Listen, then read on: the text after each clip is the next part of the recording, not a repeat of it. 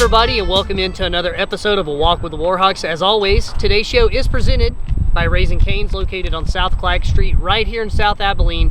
Don't forget to stop by and get some chicken at Raising Cane's. I'm Mike Ezekiel, the host of the show, and today's guest is a special one, a guy that's coming off a big weekend, and I can't wait to talk to him about it. Andy Martinez. Andy, welcome to the show.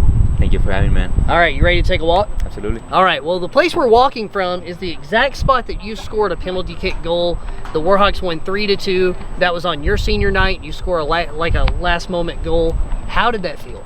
Man, it felt great, honestly. I mean, we were up 2-0. They ended up catching up to us.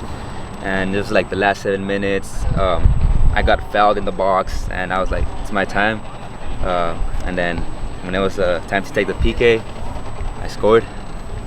Yeah, was this something that maybe, like, you know, you're in the backyard, you're playing as a kid? Is this the type of moment you think about?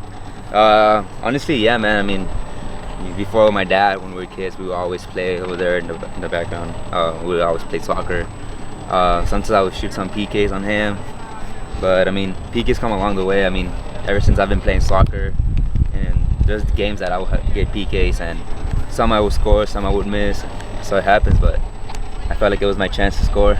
You know, and I feel like penalty kicks, just as an observer, it seems like kind of a chess game because, you know, the goalkeeper sometimes has to guess where you're going. Sometimes the goalkeeper may try to get in your head, and it looked like you two maybe kind of had a conversation right before your kick. Talk about that if you don't mind. Yeah, I mean, usually what goalies want to do, they want to get you nervous before you shoot the PK, and that's what he was trying to do. He was telling me that he asked me how many PKs we had during the season, and I told him just one, man. And then he was like, who scored? And I was like, well, me. And then so that's when he started saying, all right, man, well, I'm not gonna let that happen tonight. You're gonna miss. And once I shoot that PK and it went in, I was just excited, and the momentum got to me, and that's why I wanted to celebrate. Yeah, absolutely. You just feel vindicated in that moment. And I'm sure it was kind of a blackout moment for you, but what I remember from right after you made that kick, you ran over towards the stands with your team right behind you, and you're celebrating. You're looking at the fans. I'm sure your family was there, your parents on senior night. You're looking at them celebrating and all the fans.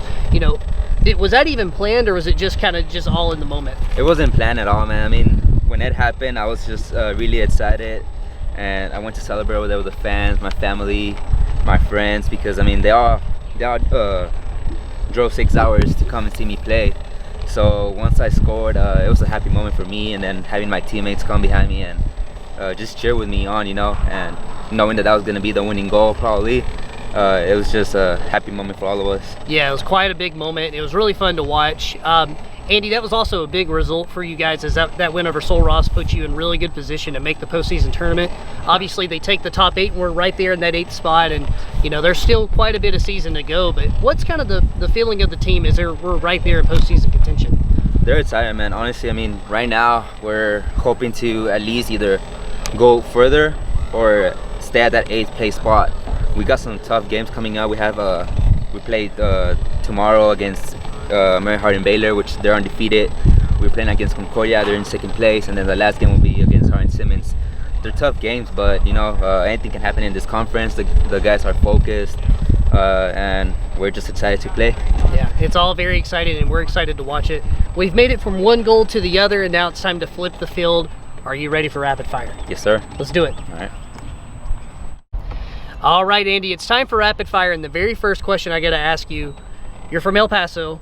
Obviously a lot of good food there, but I'm sure home cooking's probably the best part of it. So what's your favorite thing to eat when you go back to El Paso?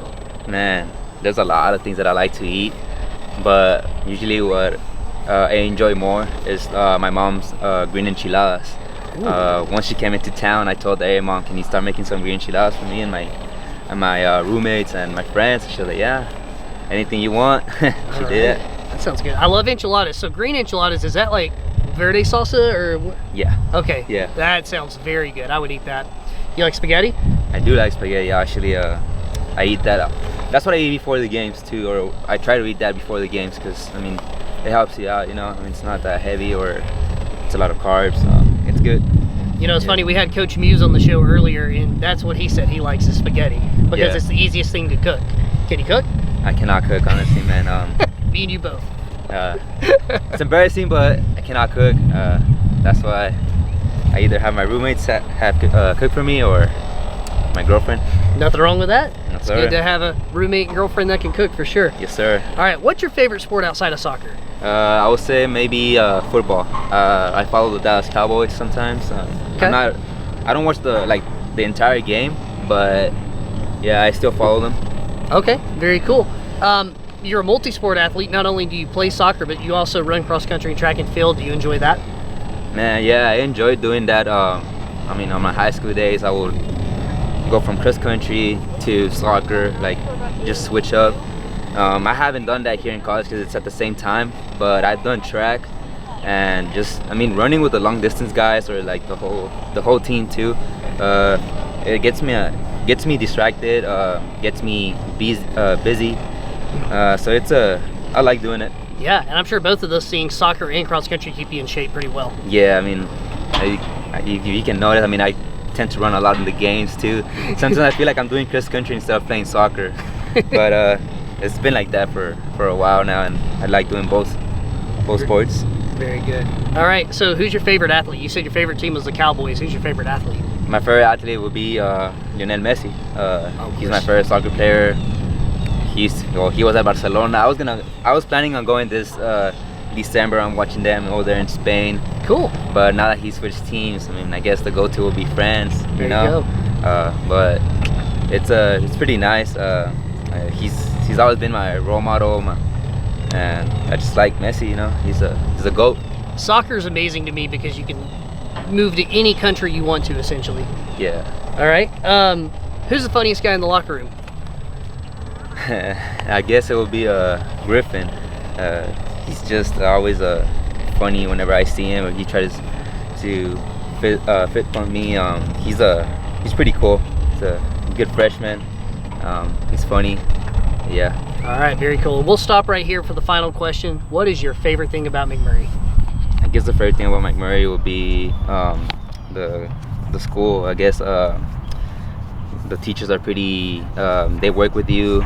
There's not a lot of students, but like a lot of students recognize you from every sport or anything, you know.